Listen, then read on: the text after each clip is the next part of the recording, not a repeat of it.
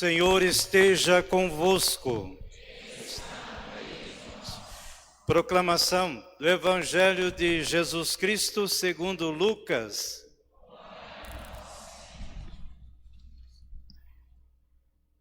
Naquele tempo, Jesus desceu a Cafarnaum, cidade da Galileia, e aí ensinava-os aos sábados. As pessoas ficavam admiradas com o seu ensinamento, porque Jesus falava com autoridade. Na sinagoga, havia um homem possuído pelo espírito de um demônio impuro, que gritou em alta voz: "O que queres de nós, Jesus Nazareno? Vieste para nos destruir? Eu sei quem tu és o Santo de Deus."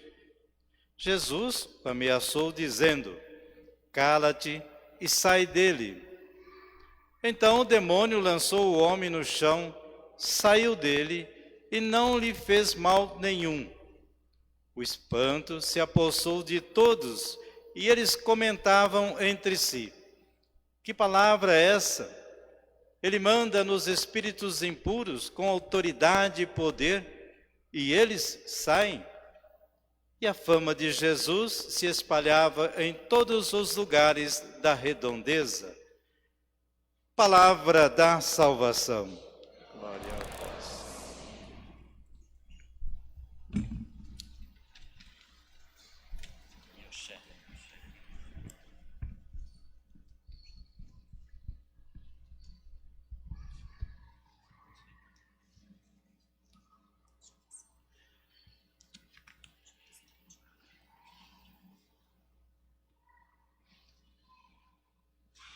Excelentíssimo Reverendíssimo Dom Paulo, Reverendíssimo Padre Tamar, reitor deste santuário, Padre Danilo e Padre Hernani, que hoje celebra seu 13º aniversário de ordenação conosco.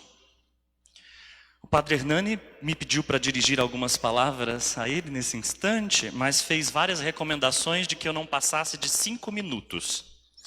Acho que eu vou falhar miseravelmente. Mesmo assim, gostaria de começar comentando a primeira leitura, que é uma carta de São Paulo aos Coríntios. Paulo está se dirigindo a uma comunidade grega marcada pelo espírito helênico e, portanto, pela confiança na própria sabedoria, na razão humana. A comunidade, inclusive, se dividia muitas vezes por conta dos pregadores, cada grupo procurando um pregador cuja retórica lhe agradasse mais. Paulo, contra essa divisão, afirma que ele não se baseia, não se firma, não fia sua pregação em nenhuma retórica, mas no objeto mesmo de sua pregação, que é a cruz de Cristo, o sacrifício de Cristo.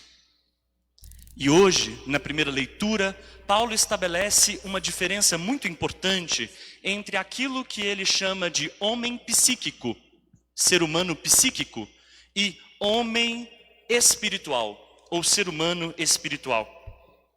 Vamos nos lembrar que Paulo vem de uma altíssima escola de teologia judaica, e lá ele aprendeu bem que um bom mestre é aquele que confia na lei judaica.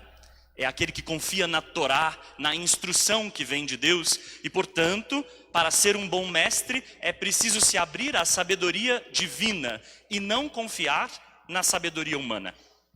Graças à sua conversão, Paulo dá um passo a mais aqui. Não é preciso mais confiar na lei judaica.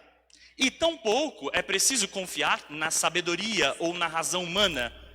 Agora é preciso pôr a confiança, fincar raízes no Espírito Santo de Deus.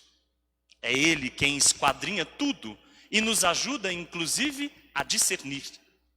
Essa abertura de Paulo ao Espírito é isso que ele vai chamar de homem espiritual. O que a sabedoria humana dá conta, a nossa razão, as nossas capacidades, isso é apenas o homem psíquico. Já o homem espiritual é aquele que acolhe o Espírito de Deus, de Jesus. E vocês devem saber muito bem que o Espírito de Jesus, ele tem uma missão. A missão é nos santificar. Mas não só, ele também tem a missão de nos auxiliar e fortalecer a nossa fé. Nós poderíamos pensar que nós estamos aqui diante daquela divisão clássica entre fé e razão. Mas na verdade nós estamos numa divisão entre fé e soberba intelectual. É isso que Paulo critica em sua carta, nesse início de carta aos Coríntios. Mesmo porque fé e razão são indispensáveis. Nós não deveríamos jamais separá-las. Se nós quisermos alçar um voo em direção à verdade, nós precisamos conservar bem essas duas asas, a asa da fé e a asa da razão. Aliás, vamos pensar um pouco sobre a razão que nos faz homens psíquicos.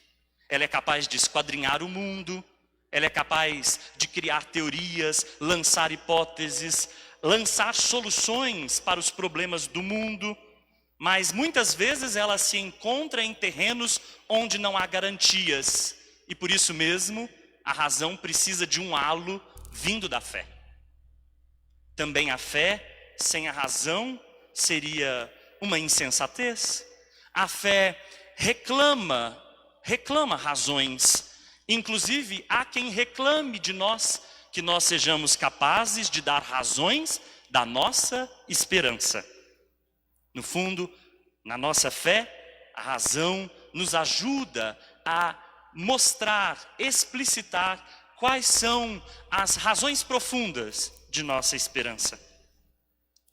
Vejam, essas duas asas, fé e razão, não estão separadas, mas se complementam. Aliás, o santo que a gente celebra hoje, São Gregório Magno, nos ajuda a perceber justamente isso, que fé e razão não são oposições. Aliás, a fé pode ser comparada àquilo que ele diz das Sagradas Escrituras. É como um rio onde nós devemos nos banhar. E neste rio, o cordeiro pode caminhar e o elefante pode nadar. Os simples podem encontrar alimentação e os sábios, alimento refinado ao paladar. Esse poeminha de São Gregório Magno, aplicado às Sagradas Escrituras, pode, sem sombra de dúvidas, ser aplicado também à fé. A fé é um rio no qual nós podemos entrar, nos banhar e encontrar alimento para a nossa vida. Ora, não há separação, portanto, entre fé e razão, mas fé e razão têm seus limites. A razão, sobretudo, parece ser aquela que adia sempre a rendição diante do não saber. Se vocês se lembram daquela história de Sherazade, em 1001 Noites, a razão opera mais ou menos assim, contando histórias e lançando o seu saber sempre à frente, adiando uma rendição. Já a fé não. A fé coloca diante de nós uma rendição possível. E a rendição não é nada mais, nada menos do que contemplação e silêncio. Contemplação e silêncio que vem no fim, numa abertura jubilosa ao amor. Fé é o que permite, depois do questionamento da razão, inclusive, descansar no amor. Mas será que nós poderíamos dizer que o homem espiritual é aquele que tem fé, então?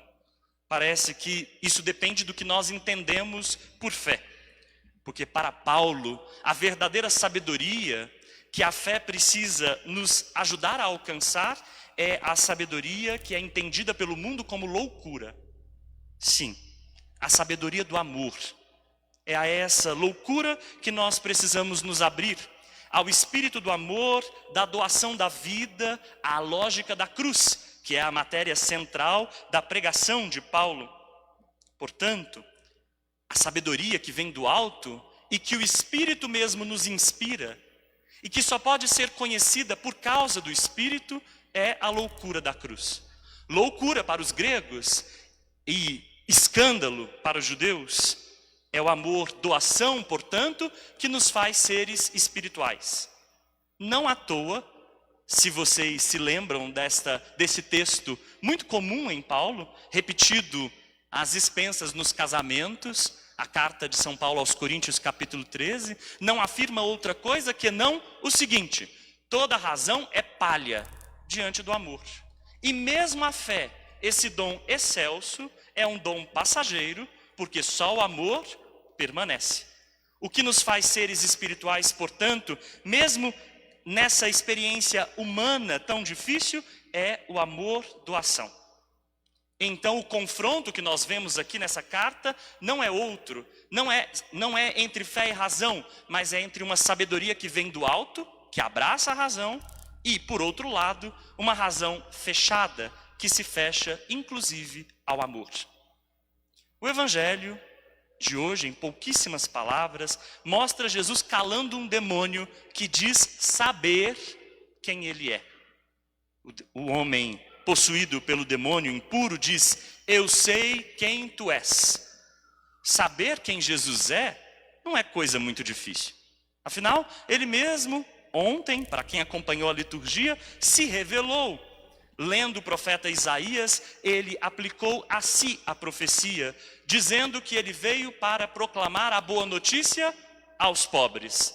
Veio para libertar os cativos, trazer recuperação da vista aos cegos e proclamar um ano da graça do Senhor. Ora, Jesus Cristo mesmo se revelou e este homem possuído por um demônio diz que sabe quem ele é, mas se sente ameaçado, sente que o projeto destruidor e da violência, anteprojeto a Jesus Cristo, todo o projeto de opressão humana está ameaçado com a chegada de Jesus. Na verdade, demônio significa isso, tudo aquilo que é oposto, tudo aquilo que se opõe ao projeto libertador de Jesus Cristo. E não basta saber quem Jesus é. Isso até os demônios sabem. Muitas vezes nós nos apoiamos num conhecimento de Jesus que parece ser um conhecimento muito teológico, num conhecimento muito racional, num conhecimento que parte muitas vezes daquilo que nós aprendemos, estudamos, mas o conhecimento verdadeiro de Jesus vem e parte do coração. Parte de uma experiência profunda, radical com Ele, de um encontro, como o que Paulo teve, por exemplo, mas de um encontro que mude o sentido da própria vida, que alargue as capacidades do próprio coração. É só no caminho com Jesus que nós somos capazes de conhecê-lo de verdade. Ama para que conheças de verdade. Sem amor, nós não caminhamos com Jesus e não o conhecemos profundamente.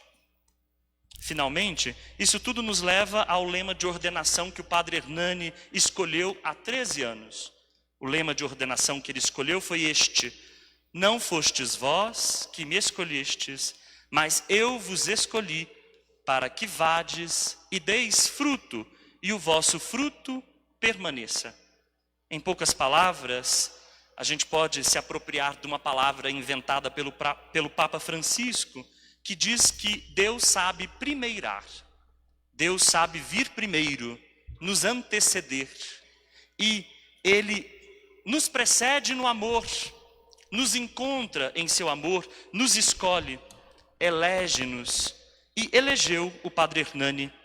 Ele nos escolhe para permanecer com Ele como um ramo ligado a uma videira, alimentando-se da mesma seiva que o caule se alimenta. Para produzir o fruto é preciso do agricultor. É o agricultor quem limpa os ramos para que eles produzam mais e mais frutos. E conhecer a Deus, receber o seu Espírito, nos alimenta para produzir frutos de amor. Esse é o fruto que todo cristão, cada qual em sua própria função, em seu próprio ministério, em seu próprio modo de vida, deve responder a esse chamado. Todos nós somos chamados a produzir frutos no amor. Essa talvez seja a vocação fundamental do cristão, chamado à vida, mas não a qualquer vida, mas a uma vida interpelada pelo amor de Cristo, para produzir frutos que não são outra coisa senão o amor. O caule, como eu disse, é o próprio Cristo, e é a Ele que nós precisamos viver ligados. Não esquecer jamais, portanto, que Ele é o centro de nossa vida. Desde o Concílio Vaticano II, a Igreja vem nos recordando da importância de retornar ao centro, que é Jesus. Nosso centro é um caule ao qual nós devemos permanecer ligados como ramos. Muito bem, Padre Hernani. Se o amor de Deus soube se achegar de si, e Ele soube, como muitas vezes você o testemunha, afinal, Ele soube o alcançar através de seus pais, amigos, pessoas da caminhada. Do mesmo modo, muitos deles foram marcados com os frutos que você pôde produzir ao longo do caminho. Daqui para frente, tenha certeza, o agricultor seguirá o seu trabalho, certamente. E mesmo a poda, aquilo que por ora nós não sabemos compreender, mais tarde pode se revelar como as chances de um amor mais frutuoso. Que o amor fruto, que alimenta, seja seu único horizonte, seu conhecimento de Deus, sua sabedoria, hoje e sempre.